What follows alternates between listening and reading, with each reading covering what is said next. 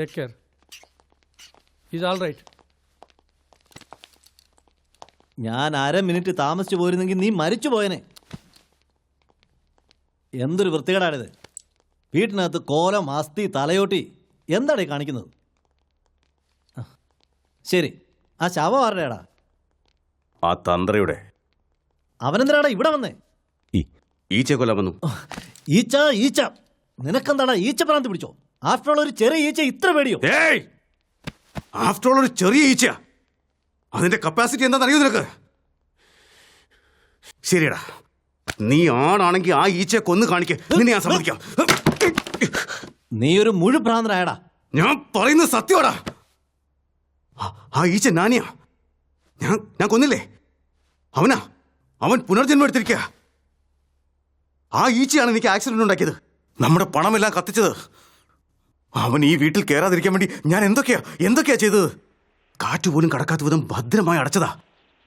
എന്നിട്ടും ആ ഈച്ച എവിടെ നിന്ന് വരുന്നെന്നോ?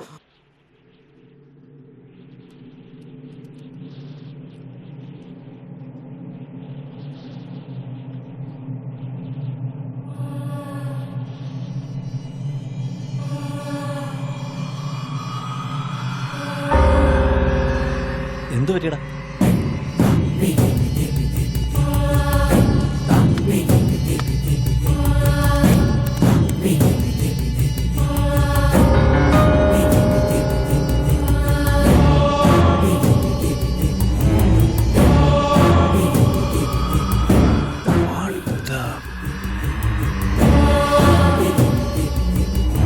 ഈച്ച, മാസ്ക്, വെപ്പൺസ്.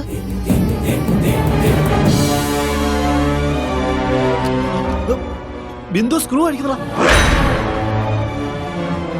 എടാ നീ പറഞ്ഞൊക്കെ ശരിയാടാ. ഞാൻ തന്നെയാ ഈച്ച. അയ്യോ എടാ, സോറിയടാ. നീ എത്ര പറഞ്ഞിട്ട് ഞാൻ കൂടെ അത് വിശ്വസിച്ചില്ല.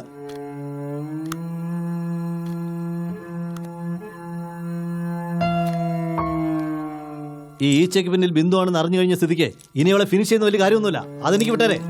എന്നാൽ അതിനു മുമ്പ് നമ്മളെ ഫിനിഷ് ചെയ്യുമെന്ന് പറഞ്ഞാൽ ഇൻവെസ്റ്റേഴ്സിന് എന്ത് മറുപടി കൊടുക്കണം നമ്മൾ ആലോചിക്കണം. നാളെ തന്നെ മുഴുവൻ കാശും കൊടുത്തില്ലെങ്കിൽ അവർ കോടതി പോകുന്ന. ആദ്യം അത് തടയണം. നമ്മൾ പാർട്ട്ണർമാരിൽ ആരെങ്കിലും ഒരാൾ മരിച്ചാൽ ആ കോൺട്രാക്ട് ക്യാൻസൽ ആവും.